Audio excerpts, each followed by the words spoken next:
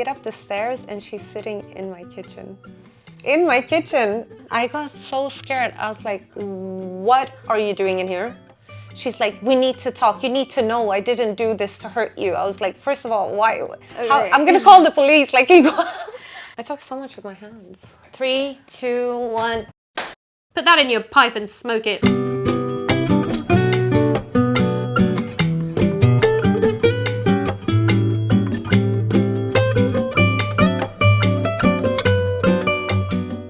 My name is Dorani. I'm from Sweden, originally from Afghanistan. I wanted to move to London, so I applied for a bunch of unis in London. And then I got this internship in India. I can wait for a year. Next year comes, and I had just applied for schools in Finland, Denmark, and Sweden. And then me and my ex, we broke up.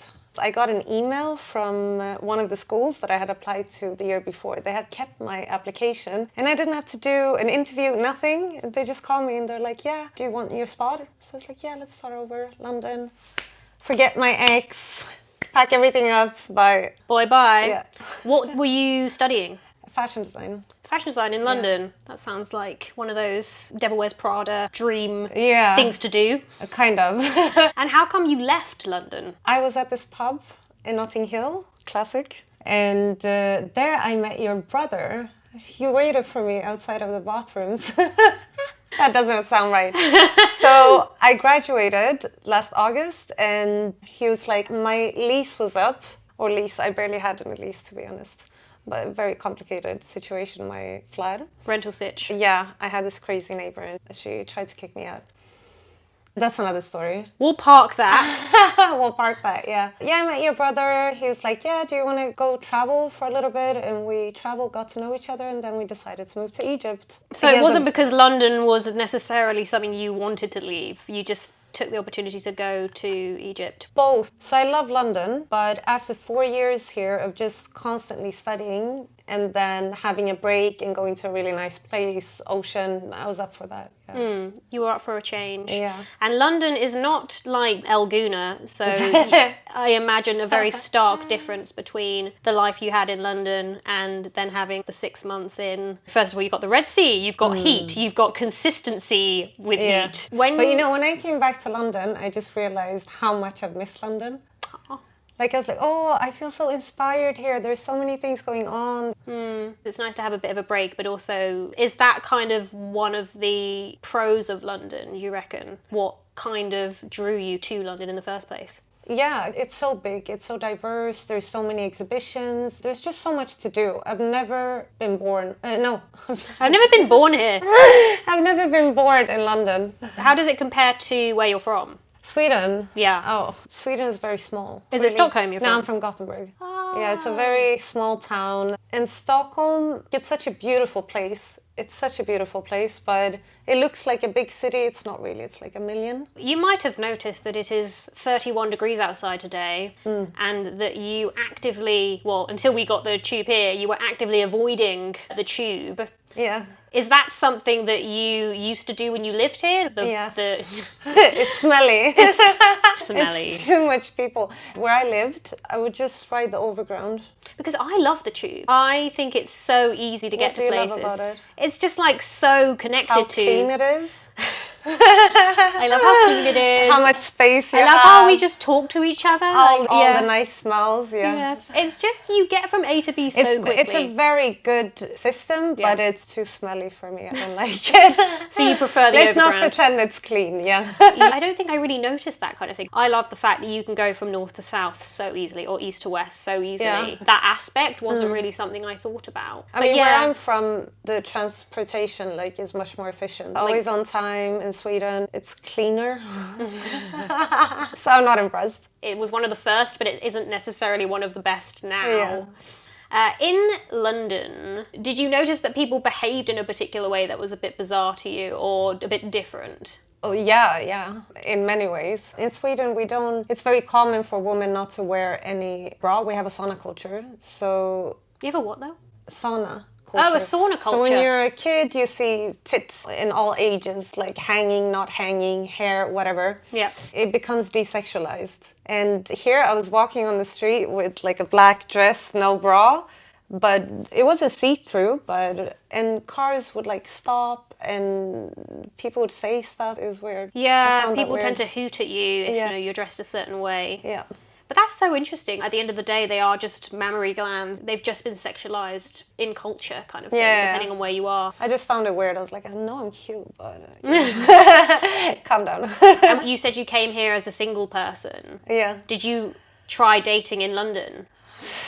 Yeah, I mean, you get asked out a lot here. Like, guys will come up to you, which is very different from Sweden, where men will look at you, but very rarely will they come up to you because they don't want to bother you, or it's much more distance there. Also, in terms of like friends, most people have their childhood friends, and hanging out in a group a couple of times is still not really enough to go grab that coffee together one-on-one. Here you get asked out all the time. People are friendly, they're open, but it's hard to make real friends. Right. Because there's not enough time. I'll be traveling or I'll be in school, so will my friends, so I'll see them once a month maybe. That's not often enough to have deep conversations and have that someone you just call when you're down and you go and grab a coffee and have a walk and talk it out. Is that people that you met in London, or is it just because you travel so much, it's just difficult to have conversations in general, regardless of where your friends are? If you're gonna have a deep connection with someone, that requires a lot of time. Yeah. And consistency, which is hard to find here because everyone's coming in, out, traveling. So you sound like a bit of a nomad. Kind of, yeah.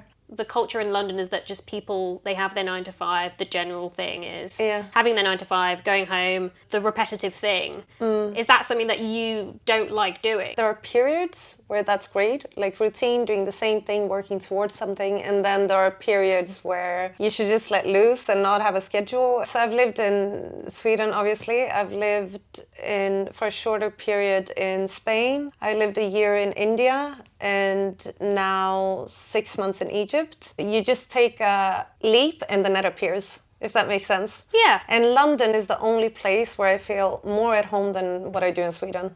Like when I come here, I'm like, oh, nice. Really? Yeah. That's so interesting. What is it about London that makes you think? There's a place for like everyone. It's just chill. Yeah, I remember you were saying something like we went to a Mexican and it was ran by an Indian person and a black person, Yeah. and then the music was... What was French? it? Music was French.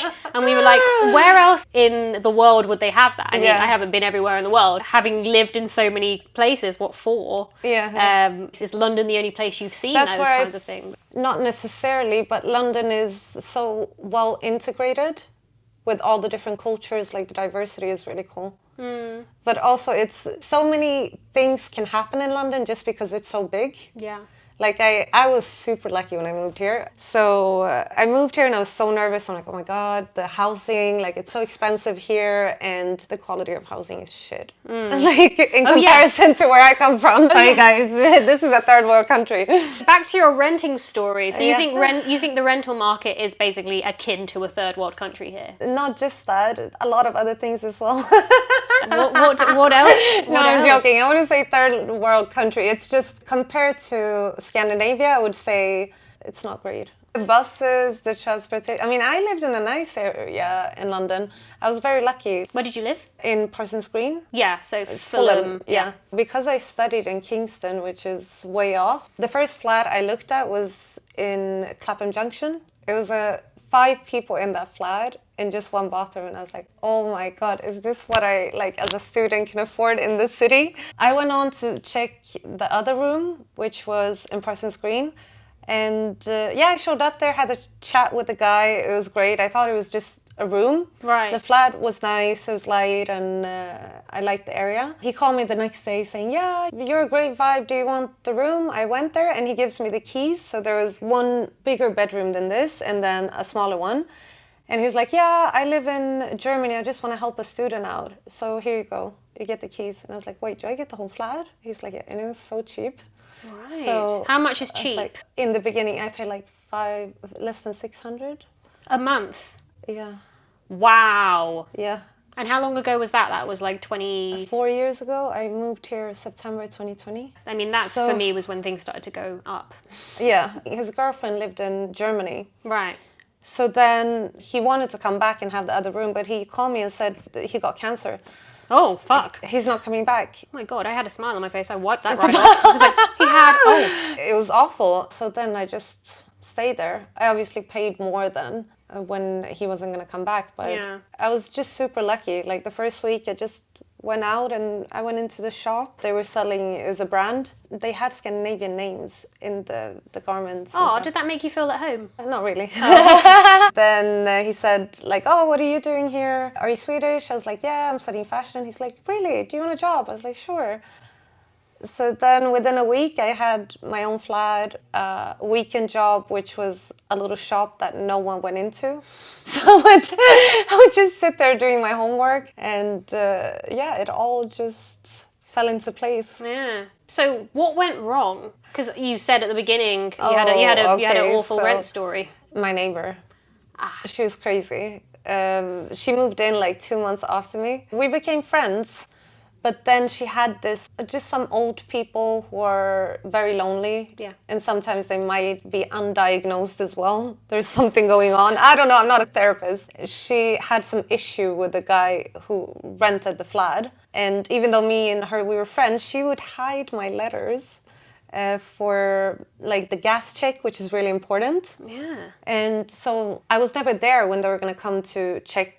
And then that was one of the bases on why I eventually lost the flat. So she had collected these for some time and then he had gotten a warning. And the guy who had the flat was literally in Germany fighting for his life. Yeah. So he couldn't deal with his that. email or whatever's going on. Why was she doing I don't know.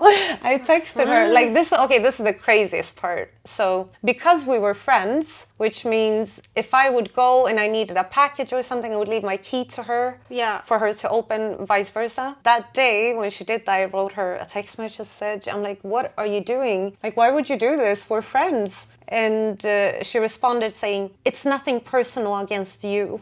I was like, but what do you mean? I'm the one that's... It's personally affecting my life. This was at 10 a.m. And then at 11:30, I come back home. I get up the stairs and she's sitting in my kitchen. In my kitchen. I got so scared. I was like, what are you doing in here? She's like, we need to talk. You need to know I didn't do this to hurt you. I was like, first of all, why? Okay. I'm going to call the police. Like, you go... Sounds like the start of a horror movie. Yeah. My God. Yeah. And that's why you left. Yeah. That makes sense. That night, actually, was very scary. She drove you to Egypt. Yeah. Is that different in Sweden? In Sweden, we don't really know who our neighbors are. Okay. We like avoid any interaction with neighbors and stuff. I know it's so weird, but it kind of is. Oh, right. If you pass by, you'll be like, hello. Are Swedish people more reserved in that way? Yeah, very reserved. Oh, interesting. If you think Brits are reserved, then That, it's like- Brits on steroids. When you said, oh, people come up to you and ask you out and stuff, like, you know, way back when, people are just quite open. I was thinking, is it because they're drunk?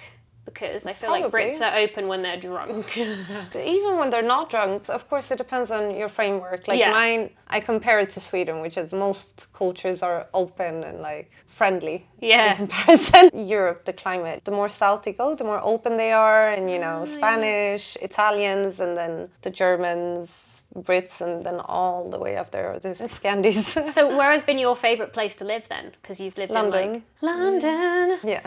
Even though it's a third world country. Yeah, well, the other countries have been fifth world, so...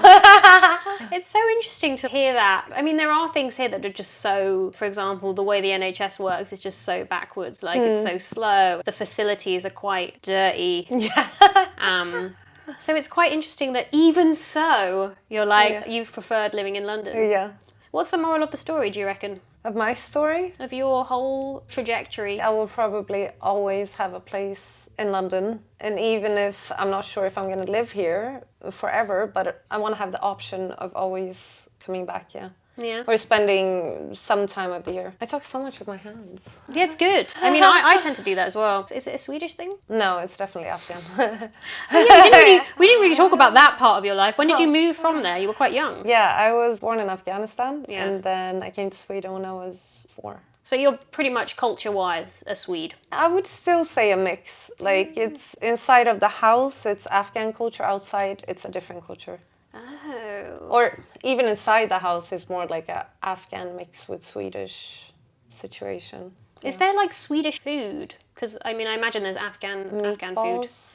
Okay, well, Have I you knew been that. to IKEA? Yeah. IKEA. Meatballs, then it might be like 2 other dishes. So nothing really. Not much, no. Not much. Whereas like Afghan food, I think Yeah. It's like a mix of Indian, Persian, Nepalese. Yep. Like the dumplings and Yeah. stuff. It's so good. Do you know any places in London? I do. So there's so there are 2 places. One in Angel, which is a small little fusion, Afghan fusion food, which is good. Then a very authentic place in, I can't remember.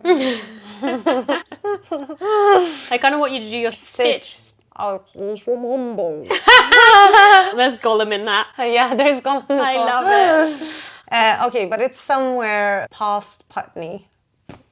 Far Something from me. with T. Tooting? Yes. Really? Yes. Yeah. So that's an Yeah. Afghan place in Tooting. Yeah, not really a restaurant. They had like 2, 3 tables, but an open kitchen. First, we went in there and we had to wait for like 45 minutes with all the smells and stuff on us. But it was so good when it was ready. And they're so cute. When we were gonna leave, they're like, oh, we just take cash. So I was like, okay, where's the ATM? He was like, no, sister, you can pay next time. I was like, oh my God. What? Obviously, I went out to get it, but Yeah. that's a very Afghan thing to do. Trust. Yeah. Even in London. Like, In London, Yeah. I wouldn't even trust my neighbor in London. I wouldn't even trust myself. Every time you mention things about London, I'm like, it's funny that you would still say that this is your best place to live. I know, but I have so many complaints. Yeah. No place is going to be perfect. So I have lived in different places and there are pros and cons. Overall, it's still worth living here. I'd Overall, say. would you say that it's not something that you regret leaving Sweden? No, absolutely not. I wish I had left earlier. Really? No, just joking. When did I you love leave? Sweden, but I always knew since I was a kid, I'm like, this place is too small. Like, these people know. Maybe it had something to do with the fact that you were a bit different because obviously you're not from Sweden. Yeah, so I'm not from Sweden. I have a different culture and it's... You might be fiddling with the mic doing that. Oh. Because you're like, you've got the ADHD, like, Yeah. you just end up fiddling with stuff. Yeah. Yes. So you reckon that maybe you had the travel bug because you were from outside anyway? Yeah, I'm just curious. I love new places. If someone's like, okay, let's move here for 6 months, I'll be like, yeah, cool, let's try it. As long as I can come back. Yeah. I was like, why wouldn't you be able to come back? So I'm going to just, as a final thing, ask you to just give me one word to describe each of the places you've lived. Afghanistan. Chaos. Chaos. Okay. Sweden. Cold. But there are saunas. Yeah, there are Saunas and saggy tits. Spain. Mañana. Mañana. London. Mixed. Mixed. I don't know. I thought you were going to say I complicated. don't know why all the other ones were so easy to get. Hi there.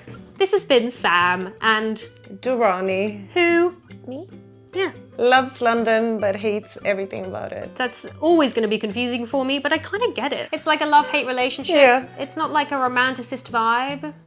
If you enjoyed this video and Dorani, give us a like and even comment because we love those too. You can follow my personal account too. Yeah, Dora Explorer. Dora Explorer. There we go. Tell us what you think of London or other places you Can't live. hold my hand in hands anymore. No, I'm getting ADHD. What? I'm doing too much with my hands. I cut that out. Go on. Tranquilo, tranquilo. Anyway, have a nice day now. Bye. Bye.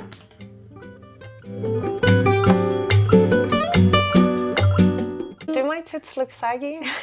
No, Because I feel like they look saggy. they look like a nice pair. Can I of- see? They look like 3 oranges Okay. there.